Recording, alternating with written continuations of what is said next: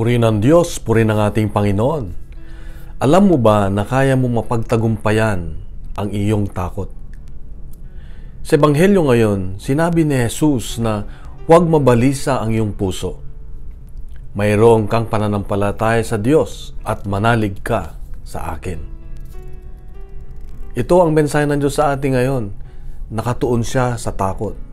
Kasi ito ang Ebanghelyo ngayon ay paghahanda para sa kanyang pagpapakasakit.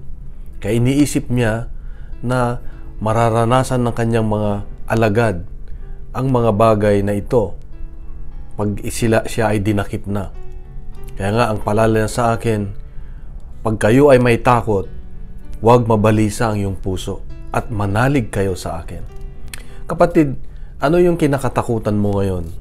Ano yung pinangangambahan mo ngayon? Alam mo ba, pag ikaw ay takot, ikaw ay paralisado.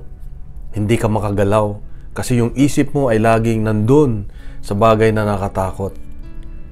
Ang takot sa positive side, sa magandang paraan, ito ay maganda rin sa pag-iingat sa isang panganib. Pero ang hindi maganda, yung sa negative side, ay yung kung ito ay nakapagdesisyon ka na ng hindi tama. Hindi ka na nakakagalaw.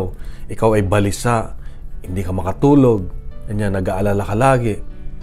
Pero ang paalala ng Diyos sa atin ngayon ay kung ikaw ay natatakot, tingnan mo ang laman ng iyong puso at ialay mo sa Diyos. Manampalataya ka sa Diyos na ang Diyos ay mas makapangyarihan kaysa sa takot mo. Kasi kung ikaw ay takot at wala ka ng ibang iniisip kundi yung takot na yan, lumalaki ang iyong takot. Hanggang mamaya, hindi ka na makagalaw, consumed ka na. Nakalimutan mo na mayroong isang Diyos na mas makapangyarihan. Mas malaki doon sa kinakatakutan mo. Kaya ang solusyon ay, ano man yung kinakatakutan mo, ibigay mo kay Lord. Lord, sa'yo na to. At mag-focus ka na kay Diyos, sa Diyos. Huwag ka mag-focus doon sa kinakatakutan mo. Magtiwala, manampalataya na mas makapangyarihan ng Diyos. Yun ang paalala ng Diyos at hamon niya sa atin. Mga kapatid, ngayong linggo ay nasa Matsumoto po ako. Matsumoto, Nagano, Japan.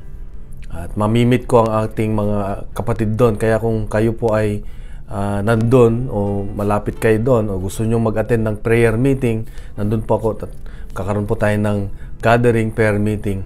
Mag-PM lang po kayo sa akin sa Facebook o sa YouTube.